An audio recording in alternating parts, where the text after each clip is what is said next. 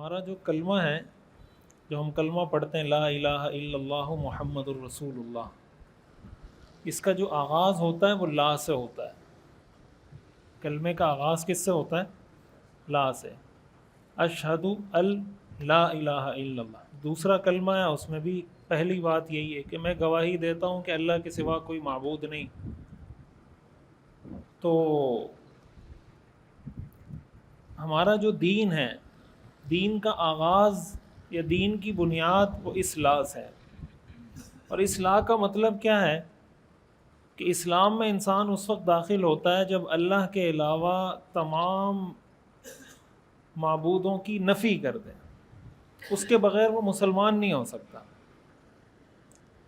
تمام انبیاء کرام علیہم السلام کی جو مشترکہ دعوت تھی، کامن، وہ کیا تھی؟ توحید کی۔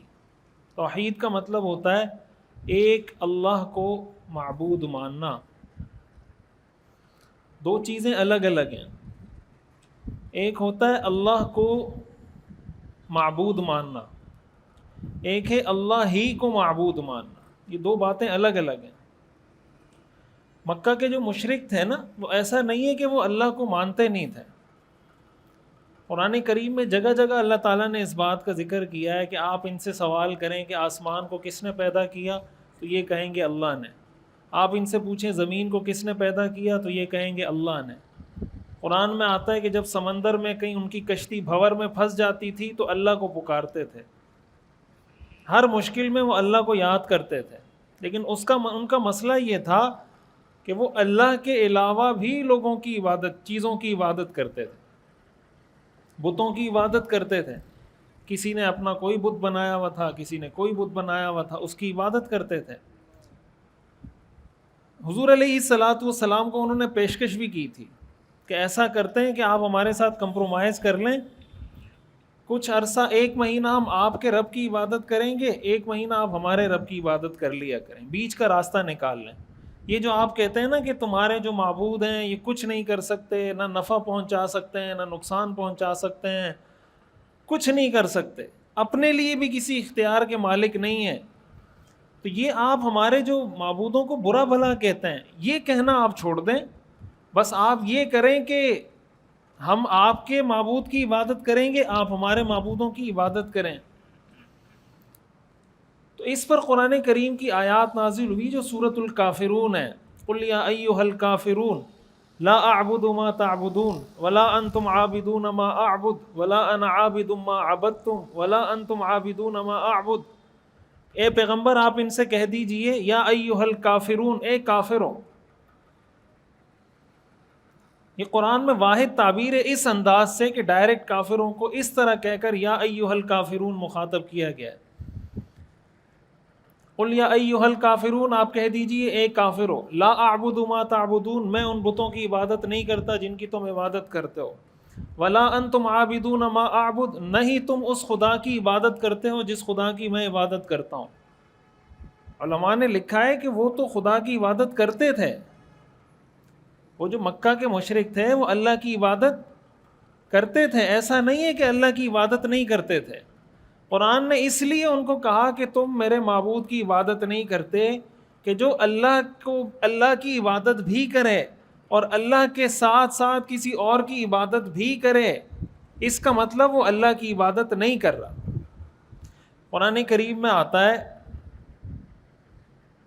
اللہ تعالیٰ کا ارشاد ہے کہ ہم نے آپ کی طرف اور آپ سے پہلے جتنے پیغمبر آئے ہیں، وَلَقَدْ أُوحِيَ إِلَيْكَ وَإِلَى الَّذِينَ مِن قَبْلِكَ، آپ کی طرف بھی یہ وحی کی گئی ہے اور آپ سے پہلے جتنے پیغمبر تھے ان سب کی طرف یہ وحی کی گئی تھی، لَإِنْ أَشْرَكْتَ، کہ اگر تم نے شرک کیا، لَيَحْبَطَنَّ عَمَلُكَ، تمہارے سارے اعمال ضائع ہو جائیں گے، وَلَتَكُونَنَّ مِنَ الْخَاسِرِينَ، اور تم خسارہ اٹھانے والوں میں سے ہوگے، نقصان اٹھانے والوں میں سے ہوگے۔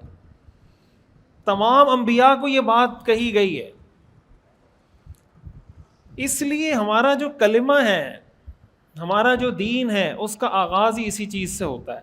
ہمارے یہاں بعض اوقات یہ ہوتا ہے کہ لوگوں کو یہ باتیں تو اچھی لگتی ہیں کہ یہ کام کرو، سچ بولو، امانت داری کا خیال رکھو، اور جناب نماز پڑھو، روزہ رکھو، حج کرو، زکوٰۃ دو، وہ کام جو جس کے اندر پازیٹیو کہ کرو، سچ بولو، امانت داری کا خیال رکھو. لیکن جب کسی چیز سے منع کرنے کی باری آتی ہے کہ جھوٹ مت بولو، رشوت مت کھاؤ، حرام مت کھاؤ، بہن کی میراث مت کھاؤ، چوری مت کرو، زنا مت کرو، فحاشی کو عام مت کرو، بے حیائی کو عام مت کرو، اولاد کو قتل مت کرو، تو یہاں سے پھر لوگ ناراض ہونا شروع ہوتے ہیں. کہتے ہیں یہ باتیں تھوڑی مشکل ہیں. یہ بولو کہ سچ بولو، نماز پڑھو، یہ آپ نہیں بولیں کہ بہنوں کی میراث کیوں کھاتے ہیں. یہ بات نہ کریں کہ بہنوں کی میراث مت کھائیں، یہ کہیں کہ اچھے اچھے کام کیا کریں. تو اسلام صرف اس چیز کا نام نہیں ہے کہ یہ کام کرو، اسلام اس چیز کا بھی نام ہے کہ یہ کام نہ کرو. آپ نے سنا ہوگا نا، امر بالمعروف اور نہیں عن المنکر. امر بالمعروف کا مطلب نیک کام کرنے کا حکم دینا، نہیں عن المنکر کا مطلب برے کام سے روکنا.